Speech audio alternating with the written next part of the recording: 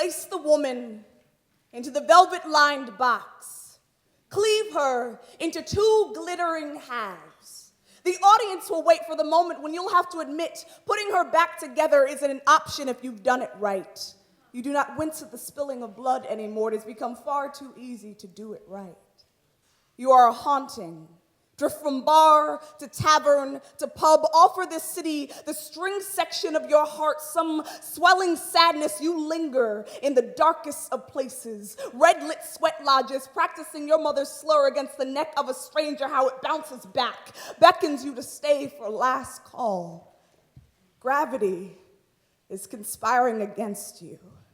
Curse the bartender for the missing olive. Curse the man you love for the splendor of his face. Curse this life because you can't give it back. Now curse yourself because you are all that remains. The violins rode the last train home. There is nothing you can do to unmake yourself, no matter how many mirrors you avoid.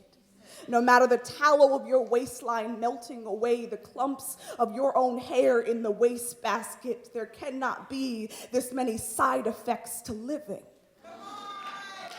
The alleyway has never seen you walk a straight line.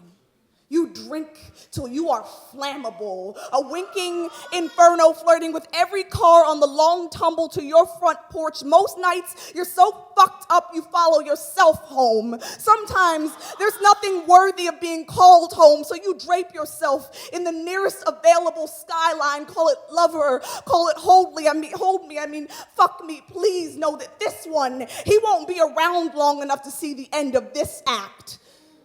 On the walk home from your first AA meeting, you can't tell who you miss more, him or the drowsy gossamer of the sixth whiskey shot. The bartender's hands, a language you've been learning fluently since your first heartbreak. Years before the man offered you a ride home when you were too drunk to stand, and then joked later on with friends about how you snored a little while he carved you out, spat your pulp across his back seat. You remember why you like to forget.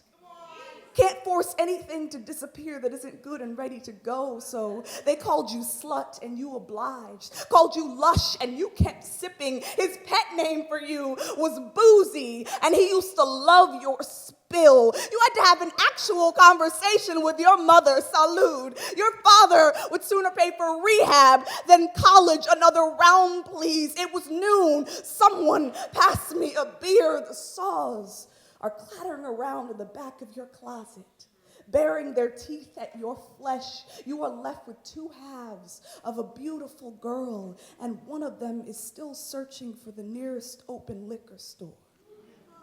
The audience is demanding their money back. You blow apart like a pile of sawdust at the feet of a tired magician.